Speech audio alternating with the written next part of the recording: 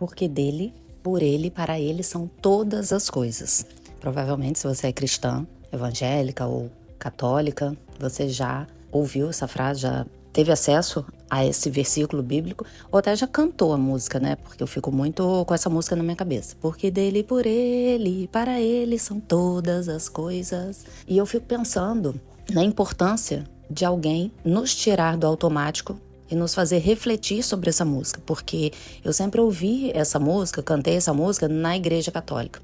E penso eu que só essas 3 frases são suficientes para gerar uma pregação inteira de muito tempo. Antes de eu continuar, eu quero me apresentar para quem não me conhece. Eu sou Raquel Faria, sou nutricionista há 25 anos, trabalho com mulheres com mais de 40 anos que querem emagrecer, e o motivo de eu estar falando aqui com você sobre Deus é a minha relação com ele, o que eu venho construindo com ele ao longo dos anos, as perdas que eu vivi. Eu vou até falar sobre perdas a respeito desse versículo, e como eu passei por tudo isso, como eu venho esperando uma promessa de Deus. Enfim, eu venho construindo um relacionamento muito intenso com Deus, e ele tem me pedido para transbordar sobre isso na vida das pessoas, principalmente porque eu sou uma mulher comum como você. Eu sou uma nutricionista, não sou uma pregadora, não sou pastora, não tenho nenhum cargo dentro da igreja, e o quanto é importante pessoas comuns, sendo o povo de Deus, levarem a palavra dele a outras pessoas comuns. Então vamos começar aqui no porquê dele são todas as coisas. Quando a gente fala, tive uma perda, perdi meu pai, perdi minha mãe. Eu até falei por hábito, quando eu disse das minhas perdas, mas eu procuro me corrigir, até mentalmente, né? Quando eu falo, perdi meu irmão, eu falo pra mim, Raquel, você não perdeu seu irmão porque seu irmão não era seu. E eu vejo até pastores falando sobre isso, mas como eu sou hipnoterapeuta e trabalho muito e estudo sobre neurociências, então trabalho muito com as questões da mente, a gente sabe que o que a gente fala sem pensar é o que está no subconsciente. Então, mesmo que um pastor, por exemplo, saiba que tudo é de Deus, a gente acaba tendo uma percepção de que os filhos são nossos, os pais são nossos, as coisas são nossas, e por isso a gente fala, perdi tal coisa. Nós não perdemos, Deus levou de volta. Somos seres espirituais, não decidimos quando nascemos, quando morremos. Nossa vida, inclusive, é de Deus. A nossa vida é nossa, quanto mais o das pessoas. Então a gente não perde, porque nós não temos autonomia. E por que isso é importante? Porque as pessoas têm vivido com muito medo. Medo de acontecer alguma coisa com os filhos, medo de sofrer um acidente, medo disso, medo daquilo. E quando a gente acha que os filhos são nossos, que o marido é nosso, que os pais são nossos, parece que a gente, junto com isso, pega a responsabilidade de proteger essas pessoas, de nada acontecer com essas pessoas, e nós não temos essa capacidade. Quando a gente confia em Deus, sabe que é dele, e confia que Deus é bom, que Deus sabe o que faz, que Deus não erra, que Deus está com a gente o tempo todo, a gente sabe também que ele vai cuidar dos nossos filhos, da nossa vida, da melhor forma. Nem da melhor forma possível, porque para ele tudo é possível, né? Então Deus vai cuidar da melhor forma. A gente precisa entender que todas as coisas são dele. O dinheiro é dele. A gente pode ganhar ou perder dinheiro de acordo com o que Deus quer. O dinheiro pode vir a nós. Obviamente, a gente tem que fazer a nossa parte, né? Não vamos ficar deitados no sofá esperando o dinheiro cair na nossa cabeça. Mas o dinheiro também pode fugir de nós.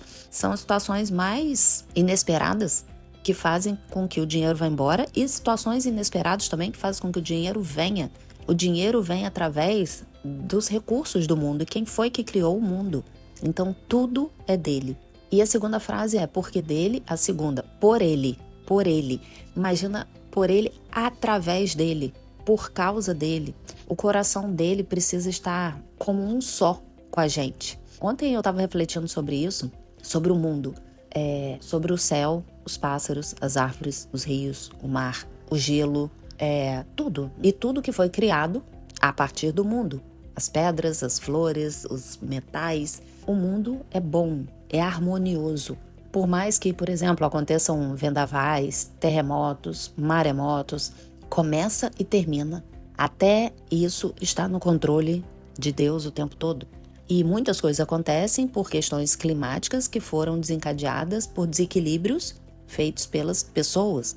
Mas o que Deus fez é harmonioso, é bom, é equilibrado. Então, se o nosso coração está alinhado com o de Deus, que é o dono de todo o universo, a nossa vida também passa a estar alinhada. Os nossos desequilíbrios de saúde, emocionais, ansiedade, desequilíbrio com sono, doenças, tudo isso vem a partir de não estarmos com o coração alinhado com o de Deus. Tem uma frase que fala no livro que eu estou lendo agora, que é o Poder do Subconsciente, fala assim: nenhum esforço é necessário para adicionar poder a poder. Se eu já estou completamente alinhada com Deus, se eu acredito que o Espírito Santo habita em mim, o Espírito Santo é o Deus, o mesmo Espírito que ressuscitou Jesus é o que está dentro de mim, eu já tenho todo o poder. Eu não preciso fazer esforço para adicionar poder ao poder supremo. Só que esse poder vem de Deus, não vem de mim como ser humano. Então, o por Ele são todas as coisas, é através dele. Ele viabiliza. Quando a gente vive uma situação difícil, uma falta de perdão, você está vendo, por exemplo, seu filho tomar um caminho que você não gostaria, ter um relacionamento que você não gostaria, se alinha com Deus. Óbvio que a gente não vai fazer isso nos momentos que a gente tem uma dificuldade. Que uma outra coisa que eu ouvi essa semana também, que eu achei fantástica, é Deus deve ser o nosso fim, não o nosso meio. Deus não deve ser o meio que a gente usa para alcançar o fim. Qual é o fim? É o contrário do que diz a primeira frase, como se o mundo fosse nosso. Como se o nosso fim fosse se dar bem aqui no mundo, ganhar dinheiro, ter acesso às coisas, a família tá ótima, você tá ótima, como se Deus fosse um patrocinador de todas as coisas que a gente pode ter. Não, Deus é o nosso fim. O mundo é o que a gente está vivendo no momento para estar alinhada com Deus, que é espiritual, que é o que nós vamos ter acesso quando morrermos. Então, nós devemos buscar essa unidade com Deus o tempo todo, independente das coisas estarem bem, estarem difíceis, da nossa rotina, da hora que a gente tem que acordar, de quantas tarefas nós temos para cumprir num determinado dia. Enfim, é através dele que tudo, absolutamente tudo, acontece. Então, porque dele, por ele, para ele. Eu estou aqui fazendo esse áudio para você, para Deus. Eu tenho uma profissão. Eu sou nutricionista, eu fiz faculdade, Deus viabilizou a minha capacitação técnica, mas eu uso a minha habilidade técnica, a minha experiência de 25 anos, o acesso aos estudos científicos, eu uso tudo isso para Ele. Ele me permitiu ser capacitada para que eu ajudasse pessoas em nome dele. E a Bíblia nos manda espalhar o evangelho pelo mundo. Então, não tem como. Quem você é, Raquel? Eu sou nutricionista. Não, eu sou uma filha de Deus. Eu vivo para servir a Ele e Ele vai me capacitar para servir ao mundo. Eu não vou acordar e dormir dentro do meu quarto louvando a Deus, lendo a Bíblia e sem produzir nada, porque a fé sem obras é morta. Então, a nossa vida é para Ele. E isso é estranho, né? Porque parece que somos escravos. Quando a gente fala do Senhor e do servo, parece que o servo está numa situação desvantajosa. Agora pensa quando a gente vive para as nossas emoções e não para Deus, a quantidade de problema que a gente tem. Se a gente vive para o nosso desejo de ter as coisas, se a gente vive para... e eu digo desejo de tudo, tá? Desejo por dinheiro, desejo por relacionamentos. Quantos relacionamentos errados, quantos frutos de coisas erradas nós colheríamos se a gente servisse as nossas emoções.